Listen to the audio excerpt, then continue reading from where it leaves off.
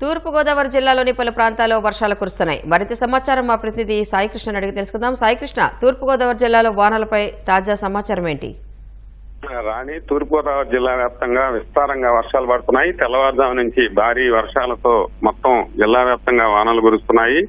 జోరు వానలతో రాజమహేంద్రవరం నగరం, గ్రామీణ నియోజకవర్గాలు తడిసి ముద్దవుతున్నాయి. అట్లాగే అనపర్తి, రాజానగరం నియోజకవర్గాల్లోనూ భారీ వర్షం కురుస్తోంది. అటు కోనసీమ జిల్లా వ్యాప్తంగానూ పూర్తిగా వర్షాలు కురుస్తున్నాయి. డాక్టర్ బిఆర్ అంబేద్కర్ కోనసీమ జిల్లా కేంద్రం అమలాపురంతో పాటు పి గన్నవరం, కొత్తపేట, మండపేట, రాజోలు, ముమ్మిడివరం నియోజకవర్గాల్లో విస్తారంగా వానలు పడుతున్నాయి. రామచంద్రాపురం నియోజకవర్గంలోనూ జోరు వానలు కురుస్తున్నాయి. కాకినాడ జిల్లాలో మాత్రం ఓ మోస్తరుగా వర్షాలు పడుతున్నాయి.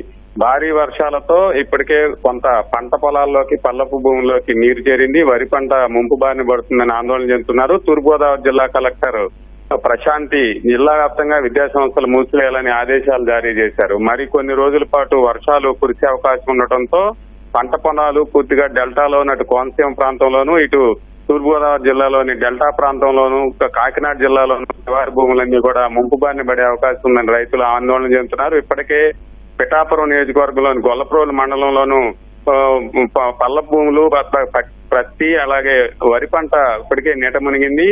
మరోవైపు గోదావరికిలో కూడా క్రమంగా వరద ప్రవాహం పెరుగుతోంది. భద్రాచలం నుంచి వరద క్రమక్రమంగా ధవళేశ్వరం ఆనకట్టకు చేరుతోంది. ప్రస్తుతం ఉదయం ఇక్కడ 7.3 అడుగుల నీటి మట్టం ఉంది.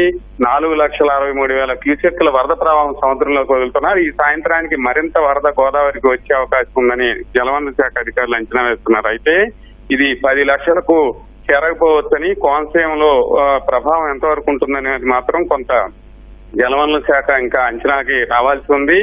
ఇంకా భద్రాచలం ఎగువ ప్రాంతంలో భారీ వర్షాలు కురిస్తే మాత్రం ధవళేశ్వరం ఆనకట్టకు భారీ వరద వచ్చే అవకాశం మరో 2-3 రోజులు ఉండే అవకాశం ఉంది. రాణి, దీనివల్ల ప్రమాద హెచ్చరికలు ఏమైనా జారీ చేసి ప్రజలను అప్రమత్తం చేస్తున్నారా సాయికృష్ణ? ఇంకా 11 లక్షల ప్రవాహం దాటితే గోదావరిలో మొదటి ప్రమాద హెచ్చరిక చేస్తారు. ఆ స్థాయిలో వరద వచ్చే అవకాశం లేదనేది ఇప్పటి వరకు ఉన్న అంచనా ప్రకారం జలవనరుల శాఖ అధికారులు సమాచారం ఇస్తున్నారు. అది దాటితే 10 లక్షల ప్రవాహం గోదావరిలో దాటితే కోనసీమలోని లోతట్టు ప్రాంతాలు, లంక భూముల్లోకి నీరు చేరే అవకాశం ఉంది. ఇప్పటికే కనకాయలంక కాజ్వే పశ్చిమ గోదావరి జిల్లా పరిధిలో ఉంటుంది. ఇది అత్యంత లోతట్టు ప్రాంతం. ఇక్కడ మాత్రం కాజ్వే పైకి నీరు చేరింది. మొన్న 2-3 రోజుల క్రితం వచ్చి వరద నీరు మళ్లీ తగ్గడంతో ఇప్పుడు తాజాగా వచ్చే గోదావరి వరద మళ్లీ నీట మునిగే అవకాశం ఉందని. అయితే ఈ వర్షాలు మాత్రం పంటల్ని పూర్తిగా కొంచెం ఎడతెరిపి లేకుండా మరి 2-3 రోజులు కురిస్తే వరి పంటకు మాత్రం తీవ్ర ప్రభావం చూపే అవకాశం ఉంది. రాని, సాయికృష్ణ, అల్పపీడన ప్రభావంతో గత 2-3 రోజులుగా రాష్ట్ర వ్యాప్తంగా కూడా ఈ వర్షాలని, వరదల్ని చూసాము. ఇప్పుడు ఉభయ గోదావరి జిల్లాల్లో ఈ ప్రభావం ఎక్కువగా ఉంది. మరి దీనికి సంబంధించి అధికారులు ఏ విధంగా అప్రమత్తం చేస్తున్నారు? పునరావాస కేంద్రాలు కూడా ఏమైనా ఏర్పాటు చేస్తున్నారా?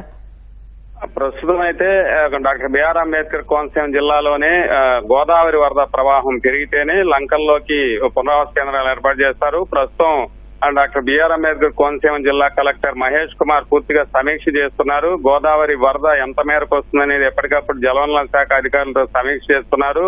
అట్లాగే తూర్పుగోదావరి జిల్లా కలెక్టర్ ప్రశాంత్ ఆధ్వర్యంలోనూ లోతట్టు ప్రాంతాల ప్రజలను ఎక్కడెక్కడ నీట మునిగాయి. జులైలో భారీ వర్షాలు వచ్చాయి. కొవ్వూరు, గోపాలపురం, నిడదవోలు నియోజకవర్గాలని కొవ్వాడ, ఎర్రకాలువ ముంచెత్తింది. పంటలన్నీ పూర్తిగా తుడిచిపెట్టుకుపోయాయి. ఈ పరిస్థితుల్లో మరొక్కసారి భారీ వర్షాలు కురిస్తే మాత్రం ఈ 2 కాలువలు మళ్లీ పూర్తిగా ముంపు బారిన పడే అవకాశం ఉంది.